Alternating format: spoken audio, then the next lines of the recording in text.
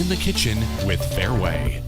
Hey, good morning everyone. I'm Whitney, a registered dietitian at Fareway, and today we are celebrating St. Patrick's Day with some Rueben sliders. So this recipe is really great because it's super easy, especially if you're feeding a group of people, but you can also make it into what's called a Rachel if your family likes those flavors a little bit better. So to get started, you do need some King's Hawaiian rolls. You can go with the savory butter like I have or the original King's Hawaiian. Actually, the most important part here is to make sure you have the correct knife. You do want a large serrated knife to make slicing these easier. If you don't use the correct knife, you can actually kind of smush your buns.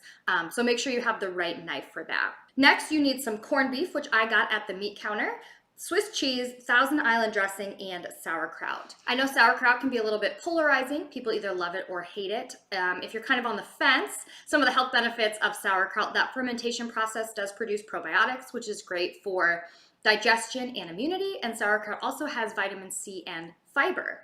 If these flavors are a touch too strong for you, like I said, you can turn this into what is called a Rachel. And to make it into a Rachel, you replace the corned beef with turkey and you replace the sauerkraut with coleslaw.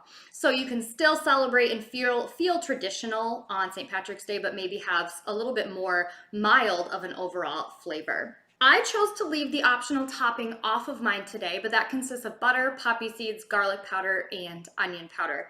If you want to add that, you need to spread it on the top before you bake these. When you bake these at 400, you're really just looking for the cheese to melt and everything to warm through.